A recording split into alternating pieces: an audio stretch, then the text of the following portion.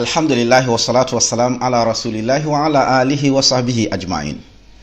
Enuanum agidifo edin kan yede aseda eni awieye ebema otumfo Nyankopon okese ni shira na dom na humabro enka komshenia otwato Muhammad sallallahu ala alihi wa sallam ni fiefo na chidifo ne yerenum ene ne sahabanum ene akomhwefo mpempemwa otumfo Nyankopon somo mba asase su nyinara efiti ye nana Adam so ebesi obarema Yesu Kristo so otumfo Nyankopon ne shira na dom na humabro enka sa akomhwefo ne asomafo we nyinara omo fiefo omo achidifo omo yerenum ene omo a omo tie omo asem ede Nyankopon asem a ode soma omo no ede ye adwuma ya yete asese sa mre we sa kosi atemwada otumfo Nyankopon ne shira na dom na humabro enka ye nyinara idanu magidifo yeguso ayeto aso ewo Yesu Kristo ne nsam no efa no point aye raise say Yesu Kristo oye otumfo Nyankopon ni difo oye okomheni and quotation say last program no bibia ye di gina ye no quotation ye gina so Matthew chapter 13 verse 53 to 57. Yigna the last point a Yesu Kristo. Ordinary someday we no say a prophet is not without honor except in his own country and in his own house. Or say okomhwefo ana odifo biara ni ho a owo animunyam ewo ni fie ana ne manmu ane nte ho ne yedi ginaye yemto aso efa ne nsam ono aka ya ekire se ampa oye otumfo Nyankopon ni difo yehwe Luke chapter 13 verse 31 to 33. Luke chapter 13 verse 31 to 33.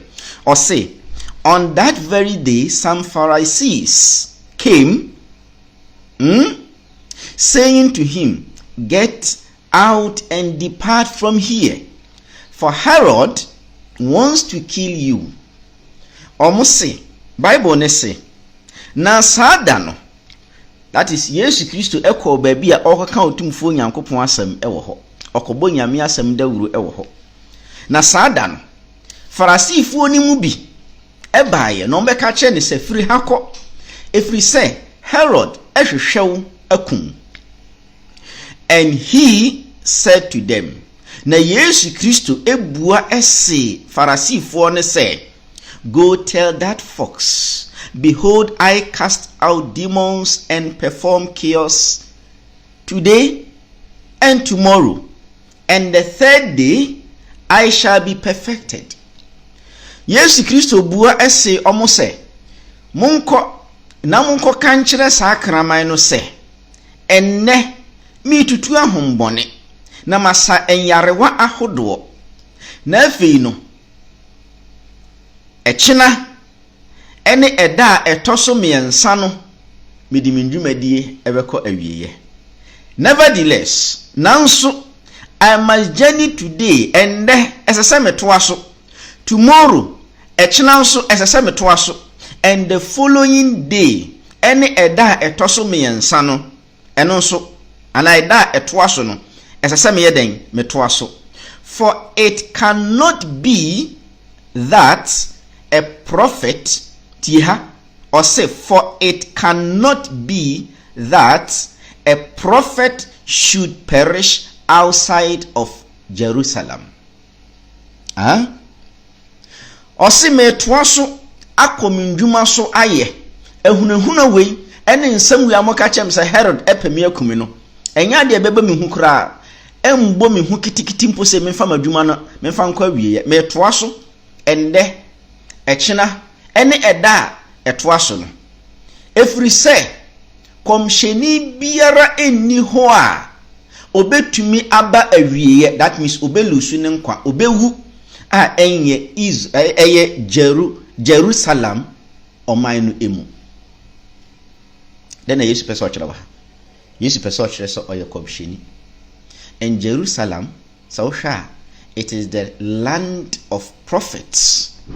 Na Yesu Kristo na oni Jerusalem ekuro no ankasa emu ena na ɔka saa nyamesɛm no a na Herod hunahuna no sɛ ebia ɔpɛ no akunu no. Nti ɔka kyerɛ mo sɛ monkɔ na monkɔ kankyɛ saa kraman sɛ metoa so akɔmndwuma so ayɛ, efisɛ kɔmhyɛni biara nni hɔ a obetumi ayɛ den ahwere ne nkwa ɛwɔ outside Jerusalem. Allahu akbar, Allahu akbar.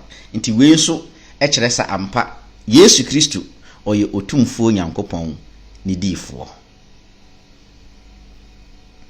ɛne Nyankopɔn bo a saa land no adekoro nti a Yesu Kristo ɛka sɛ prophet bia entumi nhwere ne kra outside Jerusalem no, ɛno so yɛbɛyɛ ne ho topic, because Jerusalem is a land of prophets, a blessed place.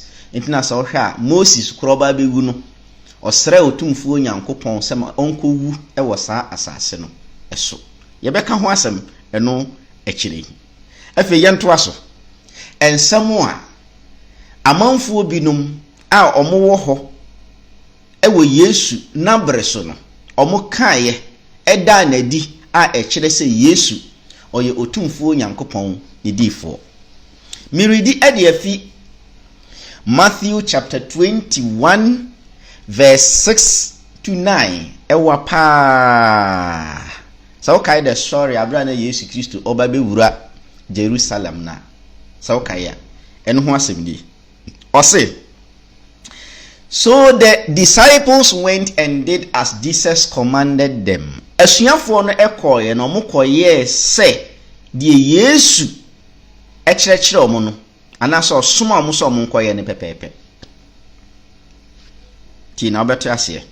Ɔse, they brought the donkey and the colt, laid their clothes on them, and set him on them. Ɔse, Yesu small mo so ɔmo nkɔ yɛ biribi. Nti ɔse ɔmo kɔyɛ ne saa pɛpɛɛpɛ. Nti ɔmo de donkey ɛne male young horse, that is ponko a ɔyɛ young na ɔyɛ bema ɛde baeɛ. Na ɔmo de baeɛ no deɛ ɔmo yɛyɛ ne sɛ ɔmo de ɔmo ntadeɛ ɛsɛɛ so ɛna ɔmo de Yesu Kristo ɛtena so, that is ɛmoa mmienu no so. And a very great multitude spread their cloths on the road. Others cut down branches from the trees and spread them on the road. Ɔse na edomkuo bebree edi Yesu Kristo akyi. Ebinom etwitwa nnua ne branches. Ebinom so de ɔmo ntade ɛsesɛ fam sɛ de be a Yesu bɛyɛ den ɔbɛnante so no wawura Jerusalem ɛman no emu. Then the multitudes who went before and those who followed cried out, saying, Hosanna to the Son of David. Blessed is he who comes in the name of the Lord. Hosanna in the highest. Ɔse na ɛdɔm no a ɔmo di no akyi ɛne deɛ ɔmo di n'anim no ɔmo nyinara ɛde ne baako ɛteɛ mu ɛka sɛ enhyira ɛnka David ɛba deɛ ɔba ɛwɔ otumfuo Nyankopɔn ne dini mu, otumfuo Nyankopɔn no a ɔyɛ kokroko no. And when he had come to Jerusalem, na bra Yesu bedu Jerusalem no, all the city was moved, saying, who is this? Ɔse na bra Yesu Kristo bewura Jerusalem ɔman ni emu no, ekuro ni nyinaa tubae, that is ɔmo nyinaa pia bonten ɔmo ba bɛhwɛ deɛ ɛkɔ so. Na asɛm a ɔmo kaeɛ ne sɛ, hwan enie mi no mo bisa sɛ hwan enie ɛna ɛdomkuo bebree ebi di n'akyi na ebi di n'anim na ɔmo bɔgye ne so a ɔmo awura Jerusalem ekurom ha. So the multitudes said, ɛnti adom no ɔmo di Yesu akyi di omudi na chi ni di omudi na nim no omu nyinara de nne baako atia mu because ne ebisa se na hwan nie na omu nyina de nne baako atia mu ti asem omu kae omu say this is Jesus, the prophet from Nazareth of Galilee. Allahu Akbar.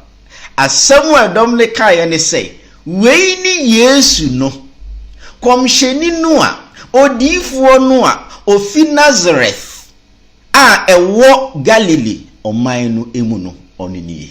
Allahu Akbar. Allahu Akbar. So inti amanfo na omo ho no na omo nim say Yesu Kristo oye de oye a prophet of God. Me sound some another story and also check na he e wa pa but me twa bibi short because me kasa be kenkan ni nyinara the type no emre emma ye kwan. John chapter 6 verse 1 to 14 okay abra Yesu Kristo edom no edi nachi ede ko esere bi so na akotena ho eni asuafo no na omo paduane ede amomo a Yesu Kristo eye nsankyerene ema paano baako enum ene enam baako mienu ochema edom ku omudi nachi ni na wo kai sa story no eye very long nti se me kan ni nyina emre emma yenkwan nti se de wankasa onim story no me twa ne short but abra omudi ye no empoporo wa no a ekaye no omoboabo ano no omunya how many baskets according to Bible say na edom ne ye 5,000 no omudi ye no empoporo wa no a ekase ye no omunya asan 12 baskets ni na ewa ha abra eba ne sa no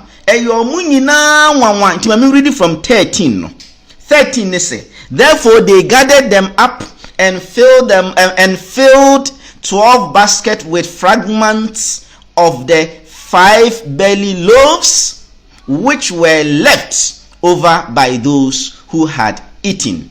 Then those men asamnini or say then those men na manfo no ano mu atwa hia wo ho omuhu se di Yesu efa pa no baako 5 enam mienu no bompa igu so emeso omu nyina di na mpoporo wa no kra no munya 12 baskets ewa achi no abro muhu de ekoso omuhu ensenchen when they had seen the miracle the sign that Jesus did said Abraham hun sencheno na Yesu eyeye no asamo mo kan ne say this is truly the prophet who is to come into the world no kure we ne komsheni no a oba ewiase no so what Allahu Akbar Allahu Akbar yanto aswe ebiem a ibetumi di agina so akasa mpa Yesu Kristo edom no a obeto omo no na omu nim se Yesu oye komsheni omu di hu adanse ono akasa na sum otie. Luke chapter 7 verse 12 to 16 when enwa papa nti mamenkan ne kakra na menkan ni na or say when he came near the gate of the city behold a dead man was being carried out, the only son of his mother, and she was a widow. Or say abra Yesu Kristo ebedu ekuro no ne pono no ano no ohun se obi awu a yeso ano ayede no eko na nipa na wawu no na oye the only son of his mother ono ne akwada baako pa ne maame ewo no na ne maame nso eye okunafo that means nikunu awu. And a large crowd from the city was with her. Na manfo bebre atwa ne maame no ho ahia when the Lord saw her. Abra Yesu nti ahamu use the word Lord and refer to Yesu. A Nyankopon boa no so ye beka ho asema ye topic because ibinim dwen say ye frɛ Yesu Lord that means oye God. Ye beka ho asem and she be raisy because Lord and God enya ade baako. Ufie wura wo frɛ ne say landlord as it is oye God ana there be ye beka ho asem ukọ court lawyers no mfra judges ne saying my lord as it say God ana there be ye beka ho asem ba do de ento aso or see when the Lord saw her abra Yesu Kristo ehun no he had compassion on her and said to her onya compassion, that is a humobro edemano no kachre oba weye a ne ba ko pe awu no say do not weep mensu. Then he came and touched the open coffin, and those who carried him stood still. Enti Yesu Kristo eben omo a omo soa efunudaka no onipa na wu edamu no so ate ase na funudaka ne ya bie so enti no Yesu Kristo ebedu funudaka ne nchen no osomu na omo a na omo soa no omo ginaye, and he said ehona Yesu Kristo ka kire owufo ne say young man abrantie I say to you me ka kire wo say arise. Sorry Inti Yesu Kristo ka sa abrantie me ka kire wo say sorry. So he who was dead sat up and began to speak. Empofre mu anyankopon ni tumi mu ena owufo no oyeden osoreye ena ohyaase se oyeden o kasa. And he presented him to his mother. Eninti no ode akoda no abrantie no ede maame. Then fear came upon all. Omo no mo atwahia honi nyina esuro ana ehu eba omo so, and they glorified God. And omo de aseda ana yeyie ana nkamfo ede ma otumfuo Nyankopon. Won say Nyankopon na ye adwuma no efa Yesu mu nti omo amfa yeyie ni aseda ma Yesu omo de ma hwan omo de ma otumfuo Nyankopon, because makacho say Yesu Kristo nsenkyene oye ni nyinara eyo otumfuo Nyankopon no fa no so eyeye hwema ehwe the book of Acts chapter 2 verse 22 or see here O Israel, or see Israel, for you men of Israel muntie, or see Israel for muntie, Jesus Christ of Nazareth, a man approved of God by miracles and wonders which God did through him. Anyankopon fa no so eyeye. Ntina so read the Quran na Quran ne kasa o se osa ayarewafo yare e wo tumfuo Nyankopon ne tumi mu. Wa ubari'ul akmaha wal abrasa bi idhnillah wa uhyil mauta bi idhnillah. Oye biara e wo tumfuo Nyankopon ne dimu. Ono ankasa kan e wo John chapter 5 verse 30 say me ankasa mintumi nhye me ho enye biara gise otumfuo Nyankopon ema me ho kwan ani. Inti no omo de aseda e de ma otumfuo Nyankopon a odua Yesu so enyane owufo no. Na afihwe point ni o se saying na asemo a edom no omo atwa ahia ho ne kan ne se a great prophet has risen up among us. Komshenia ana odifo a oye odifo kese ena wasore ewo yemu. Allahu akbar. Inti omo hu Yesu se Yesu ye hwan oye odifo oye komsheni a otumfuo Nyankopon asoma no. No onye komsheni keke oye great one of course.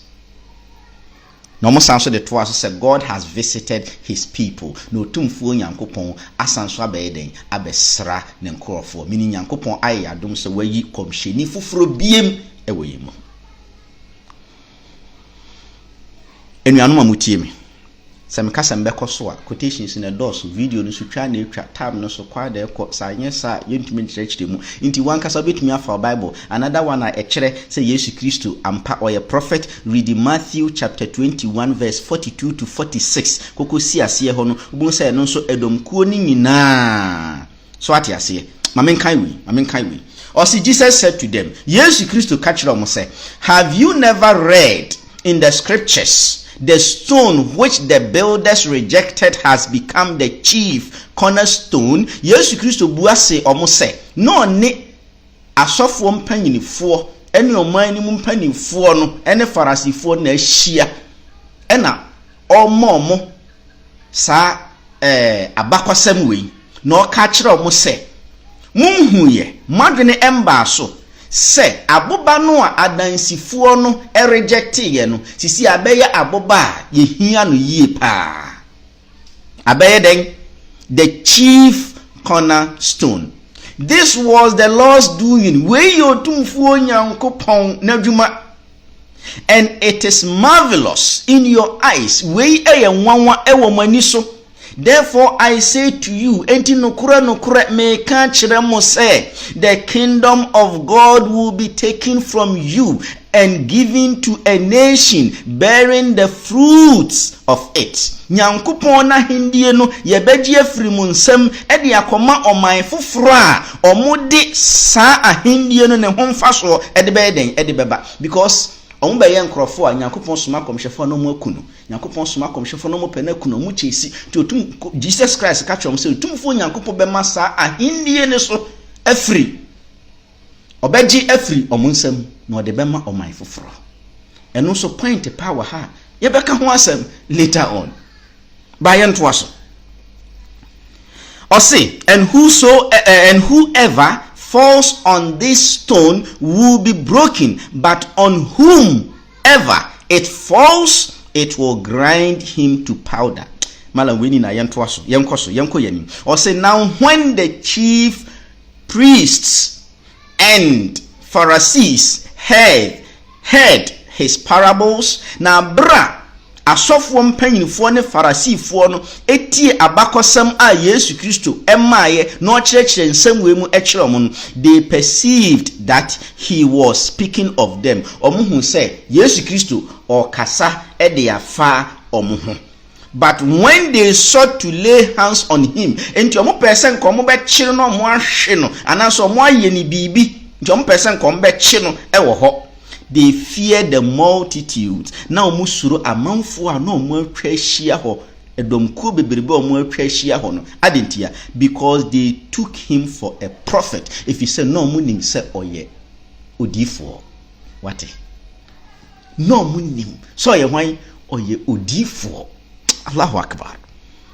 Hwe fa Bible now so kan bi me ma quotations no, because video me bi adu na say me ntwa so.